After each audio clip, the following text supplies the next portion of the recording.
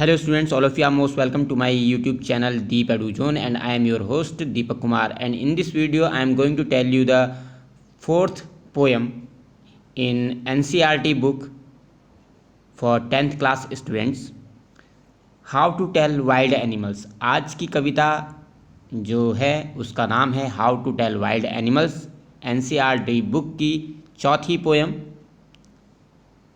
कक्षा 10 के विद्यार्थियों के लिए।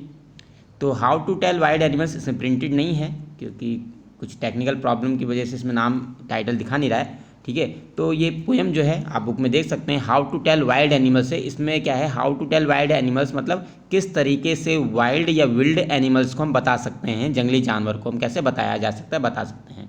तो वाइल्ड भी बोलते हैं, विल्ड भी बोलते हैं। तो देखते हैं हाईलाइटेड एरिया को। दिस ह्यूमरस पोएम, ये जो ह्यूमरस है पोएम है, ये हास्यास्पद कविता जो है, सजेस्टेड सम डेंजरस वेज, कुछ खतरनाक तरीके आपको बताती है, टू आइडेंटिफाई कि आप किस तरीके से पहचान सकते हैं या टेल बता सकते हैं विल्ड एनिमल्स या वाइल्ड एनिमल्स, दोनों पढ़ा जाता है। जंगली जानवरों को आप किस तरीके से बता सकते हैं या कैसे पहचान सकते हैं। रीड इट अलाउड, इसे तेजी से रोज जोर से पढ़ना है। And keeping in a strong and regular rhythm, और एक स्ट्रॉन्ग और रेगुलर लय के साथ आपको इसको पढ़ना है। ठीक है, चलिए हम शुरू करते हैं। If ever you should go by chance, as you can see in the text, this is picture of an Asian lion. If ever you should go by chance, okay, first line it is if ever, यदि कभी, ever माने कभी, you should go by chance माने luckily, यदि आपको माना कभी भाग्यवश आपको जाना पड़ता है to jungles in the east, to jungles in the east मतलब पूर्व के जंगलों में जाना पड़ता है। And if there should you advance, और वहाँ पर यदि, वहाँ पर there should you to you advance, तो वहाँ पर यदि आपकी ओर, एडवांस माने आगे बढ़ना, आपकी ओर कोई आगे बढ़ता है। कौन आगे बढ़ता है? ए लार्ज, एक बड़ा सा टॉनी, टॉनी मीन्स होता है ब्राउनिश कलर का, भूरे रंग का, हल्के भूरे रंग का। बीस्ट माने जंगली जानवर आपकी तरफ आगे बढ़े। If he roars at you, और वो तुमको देखकर दहाड़े, रोर माने दहाड़ना। As you are dyin', dyin' means dying, वैसे डाइंग है, ये डाइन कर रखा है क्योंकि जो राइम स्कीम है उसके राइम बनाने के लिए ऐसा किया गया है। As you are dine you will know it is Asian lion, तो आपको पता चल जाएगा ये कौन है, एशियन लायन है। ठीक है, तो मतलब ये जो कविता है ऐसे आपको सुझाव दे रही है पहचानने के और जंगली जानवरों को बताने के, कि आपको थोड़ा सा अजीब सा लगेगा और हंसी थोड़ा सा आएगी कि क्या ये मूर्खतापूर्ण है। तो ये देखिए, तो यहाँ पर आप देख सकते हैं, यहाँ पर जो राइमिंग स्कीम है, chance, advance, east, beast, dine, lion. तो डाइंग, अब ये देखिए, ये डाइन एंड लायन इसलिए किया गया है ताकि जो राइम स्कीम है, रिदम जो है वो बनी रहे, इसलिए किया गया है। ये डाइंग जी हटा दिया गया इसका, क्योंकि लायन के साथ इसको राइम करना था, इसलिए उसने इसको हटा दिया है। समझ में आ गया होगा? ठीक है,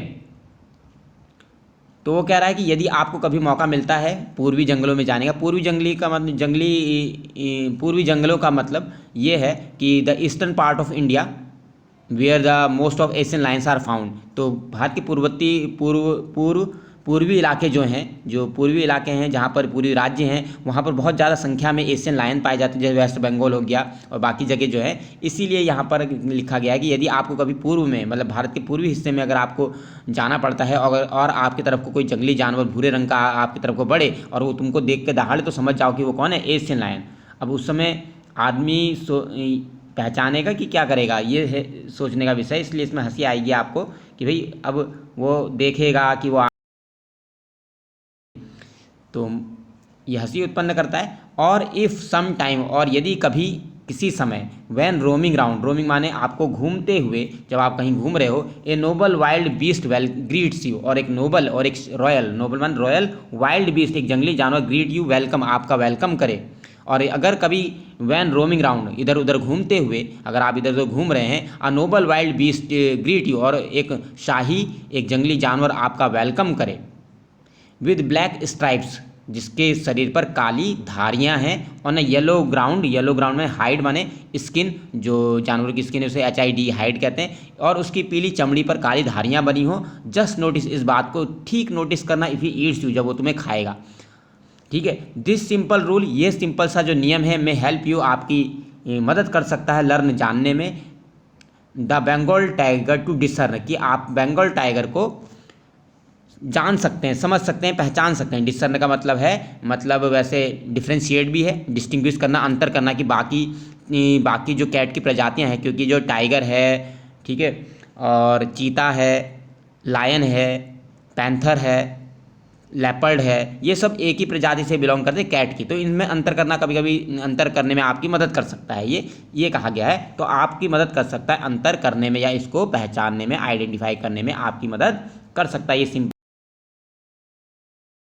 स्ट्रॉलिंग फोर्थ। और कभी यदि आपको स्ट्रॉलिंग फोर्थ का मतलब होता है वॉकिंग लाइजरली, स्ट्रॉलिंग माने वॉकिंग लाइजरली। और यदि कभी आपको आराम से टहलते हुए अब बीस्ट यू व्यू, आपको कौन दिख जाए, एक जंगली जानवर आपको नजर आ जाए, हुज हाइड, जिसकी चमड़ी, जिसकी खाल पर स्पॉट्स इज पेपर्ड, जिसकी खाल पर स्पॉट माने धब्बे, इज पेपर्ड माने स्कैटर्ड, फैले हों।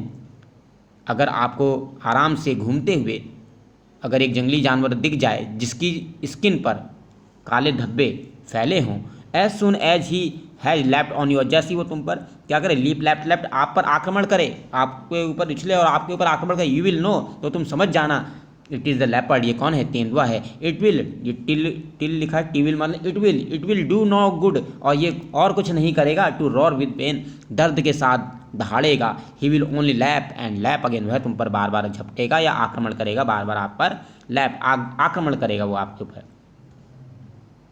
तो अभी तक 3 आपको बता दिए गए, 3 वाइल्ड एनिमल्स के बारे में कि कैसे पहचानना है। तो तीनों बार जो है कि वो कह रहा है कि भाई जब वो तुम्हें खाएगा, जब वो तुम्हें मारेगा, तब ये समझ जाना कि ये वो है। तो भाई अब उस समय कहाँ सोचेगा इंसान कि ये कौन है, ये क्या है, अभी ये थोड़ी ना सोचेगा, अपनी जान बचाने की सोचेगा। तभी ये थोड़ा ह्यूमर क्रिएट करती है। इफ़ वैन यू आर, तो अगला है इफ़ वैन यू आर, और जब यदि कभी आप वॉकिंग कर रहे हो, घूम रहे हो, वॉकिंग राउंड योर यार्ड, अपने यार्ड माने आंगन में, यू मीट अ क्रीचर, और आपको एक क्रीचर मतलब प्राणी मिल जाए, वाइल्ड एनिमल मिल जाए, हु हक्स यू वेरी हार्ड, जो आपको हक करे बहुत ही ज़्यादा, आपको क्या करे, बहुत ही कठोर तरीके से अगर आपको आलिंगन करे, आपको गले लगाए, बी श्योर, तो समझ जाना, इट इज़ बेयर, ये कौन है, ये भालू है। If you have any doubt, और फिर भी कोई अगर डाउट रह जाए, आई गेस, मैं मानता हूँ, he will give you just one more cares, वो केवल आपको एक बार और क्या करेगा, आलिंगन करेगा, आपको गले लगाएगा, बस आपका काम खत्म। केयर्स माने आलिंगन करना, गले लगाना। तो एम्ब्रेसेस भी होता है, एम्ब्रेस माने गले लगाना। दो टू डिस्टिंग्विश, यद्यपि कह रहा है कि डिस्टिंग्विश करना, डिस्टिंग्विश माने मेक डिफरेंस, यद्यपि कह रहा है कि बीस्ट ऑफ प्रे, जो जंगली शिकारी हैं, प्रे माने शिकार करने वाले जो जंगली जानवर हैं, उनमें डिस्टिंग्विश करना, उनमें अंतर करना के करने में, ए नोविस मतलब inexperienced person, inexperience person, a person who has the lack of experience. एक व्यक्ति कह रहा है कि एक नौसिखिया, नोविस माने नौसिखिया, माइट नॉन प्लस माने परप्लेक्स्ड, कंफ्यूज हो सकता है। यद्यपि जंगली शिकारियों, जंगली जानवरों में अंतर करने में कोई नौसिखिया कंफ्यूज हो सकता है। द क्रोकोडाइल यू ऑलवेज में, लेकिन हम आपको यहाँ पर तरीका बता रहे हैं, कह रहा है कभी द क्रोकोडाइल, जो घड़ियाल है, जो मगरमच्छ है, यू ऑलवेज में टेल, तो तुम आप उसको अलग बता सकते हो, फ्रॉम द हाइना, दस हाइना लकड़बग्घे से, उसको इस प्रकार से अलग करके आप बता सकते हो। यद्यपि एक नौसिखिया इसमें कंफ्यूज हो जाएगा, तो यहाँ पर आप देख सकते हैं घड़ियाल है और यहाँ पर ये लकड़बग्घा है।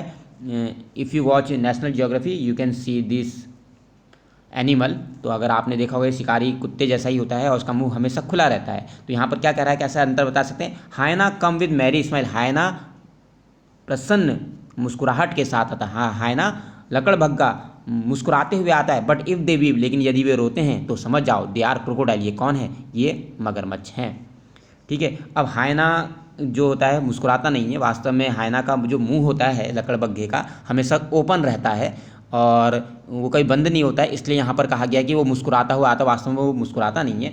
और इसी तरीके से यहाँ पर लिखा गया कि अगर क्रोकोडाइल रोते हैं, अगर मगरमच्छ रोते हैं तो समझ जाओ ये कौन है, अगर वो रोते हैं तो वो मगरमच्छ है। लेकिन जो क्रोकोडाइल होता है वो भी रोता नहीं है, वास्तव में उसके शरीर में नमक की मात्रा ज़्यादा होती है और वह उस नमक की मात्रा को अपने शरीर से बाहर निकालते रहता है। इसीलिए कई बार लोग कहते भी है कि घड़ियाली आंसू मत बहाओ, मतलब आंसू वो दुख के नहीं हैं, वो केवल दिखावटी हैं, किसी और वजह से वो निकल रहे हैं। Last stanza, the true chameleon is small, कह रहा है कि एक वास्तविक जो चैमिलियन मतलब एक गिरगिट होता है वो स्मॉल होता है, ए लिजर्ड सॉर्ट ऑफ थिंग, और किस तरीके का होता है, लिजर्ड सॉर्ट ऑफ माने टाइप ऑफ, वो थोड़ा थोड़ा छिपकली जैसा होता है। He has not any years, उसके कोई कान नहीं होते हैं एट ऑल, बिल्कुल भी। And not a single wing, और एक भी पंख उसके शरीर पर नहीं होता है। If there is nothing on the tree, अगर पेड़ पर कुछ ना दिखे, it is chameleon you see, तो भी आपको वहाँ पर गिरगिट दिख जाएगा। तो इसके साथ ये जो पोएम है वो समाप्त होती है। I hope you have liked the video. If you like the video, please don't forget to like, share and subscribe. Thank you very much.